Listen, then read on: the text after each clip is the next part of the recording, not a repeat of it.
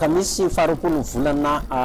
jona 2024 arava toboky lafinaritra toboky vavy menanao avy hatrany ny sary azo avy amin'ny zanabolana hitantsika misy anireto tangoron-drahona mitombandavany reto indrindra aty amin'ny tapany atsimon'nosy aty zay somary mampikorotana kely ny toetry ny androntsika amin'ny akabe indrindra amin'ny faritra atsimon'nosy iny marina somary mafy fitsokandrivotra aty amin'ny faritra tendrony atsimon'nosy aty sy aty amin'ny tendrony avaratra aty ny morotsiraka ny mpampiasa ranomasina morotsiraka atsinanana ray manontolo ihany koa dia iangaviana mba hitandrina ihany koa fa somary hiakatra kely ny avon'ny ranomasina amin'ny faritra atsinanana ray manontolo iny ka tokony hitandrina zany zareo atolotra ho anao ny vinantoetry ny andro raha mpitso zoma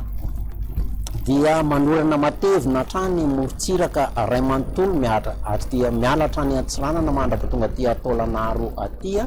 dia tazantsika somary misy ny orana miatoatony aty amin'ila ny atsinana ny avoantany ray manontolo torak'izay koa ny aty amin'ny faritra ny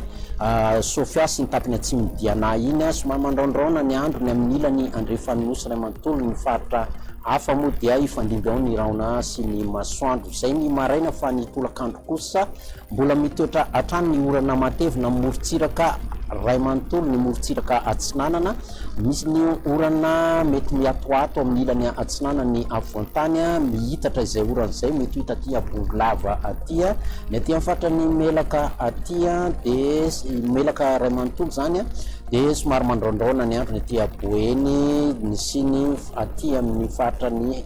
atsimo aty zany dia maina ny andro amin'ny akabeny ny amin'ny faritra sisa raha makasika ny marim-panantsika